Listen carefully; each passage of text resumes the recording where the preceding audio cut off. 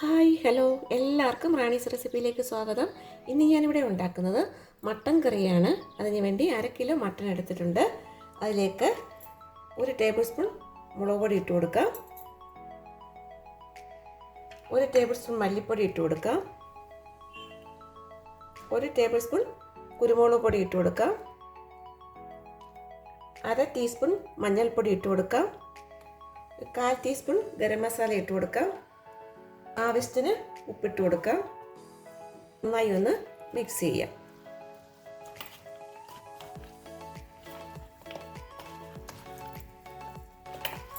ഇതിപ്പോൾ നന്നായി മിക്സ് ആയിട്ടുണ്ട്. നമുക്കിത് വേവിച്ചെടുക്കണം. അതിന് വേണ്ടി ഒരു കുക്കർ എടുത്ത് മിക്സ് ചെയ്ത് വെച്ചേക്കുന്ന മട്ടൻ ഇട്ട് കൊടുക്കാം. 1/4 കപ്പ് വെള്ളം കൂടി ഒഴിച്ചു കൊടുക്കാം.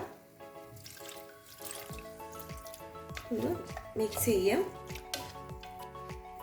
നമുക്കിത് അടച്ച് വെച്ച് ഒരു 20 മിനിറ്റ് കുക്ക് ചെയ്തെടുക്കാം.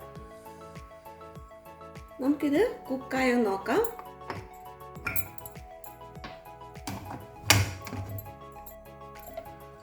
ഇതിപ്പം നന്നായി വെന്തിട്ടുണ്ട്. നമുക്കിനി ഇതിനുള്ള ഗ്രേവി തയ്യാറാക്കാം.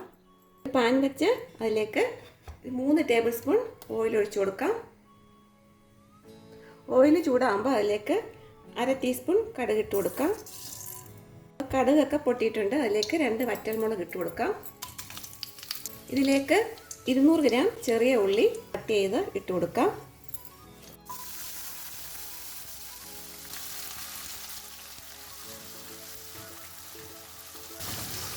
ഇതൊന്ന് ഗോൾഡൻ ബ്രൗൺ കളർ ആവുന്ന വരെ ഒന്ന് വഴറ്റിയെടുക്കണം.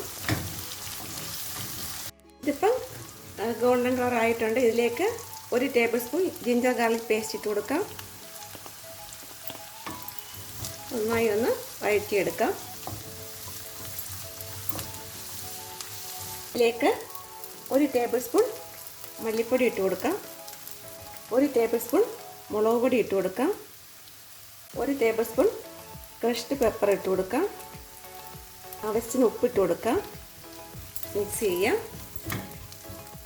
ഇതിൻ്റെയൊക്കെ പച്ച മണം മാറുന്ന വരെ ഒന്ന് വഴറ്റിയെടുക്കാം. ലോ ഫ്ലെയിമിൽ വേണം വഴറ്റിയെടുക്കാൻ. നന്നായി വഴന്ന് വന്നിട്ടുണ്ട്. പച്ചമണമൊക്കെ മാറിയിട്ടുണ്ട്. ഇതിലേക്ക് കറിവേപ്പില ഇട്ട് കൊടുക്കാം. നമുക്കിനി ഇതിലേക്ക് 1 കപ്പ് കട്ടി തേങ്ങാപ്പാൽ ഒഴിച്ചു കൊടുക്കാം.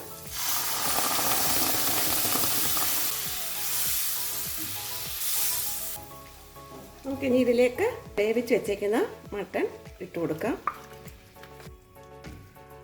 നന്നായിട്ട് മിക്സ് ചെയ്ത് ഒരു 10 മിനിറ്റ് കൂടി അടച്ച് വെച്ച് കുക്ക് ചെയ്യാം. നമുക്കിത് റെഡിയായോ നോക്കാം. ഇതിപ്പം നല്ല വെന്തും ഇവിടെ റെഡി ആയിട്ടുണ്ട്. അതൊരു സെർവിങ് ബൗളിലേക്ക് എടുക്കട്ടെ. ടേസ്റ്റി ആയിട്ടുള്ള തേങ്ങാപ്പാൽ ഒഴിച്ച മട്ടൻ കറി ഇവിടെ റെഡി ആയിട്ടുണ്ട്. ചപ്പാത്തിയുടെ കൂടെയും ചോറിൻ്റെ കൂടെയും റൊട്ടിയുടെ കൂടെയും ഇടിയപ്പത്തിൻ്റെ കൂടെ കഴിക്കാൻ പറ്റുന്നതാണ്. എല്ലാവരും ഇത് ഉണ്ടാക്കി നോക്കണം. ഉണ്ടാക്കി നോക്കിയിട്ട് ഫീഡ്ബാക്ക് അറിയിക്കണം. എല്ലാവർക്കും ഇഷ്ടപ്പെട്ട ലൈക്ക് ചെയ്യണം, ഷെയർ ചെയ്യണം, സബ്സ്ക്രൈബ് ചെയ്യണം. അടുത്ത റെസിപ്പിയായിട്ട് കാണാം. ബൈ.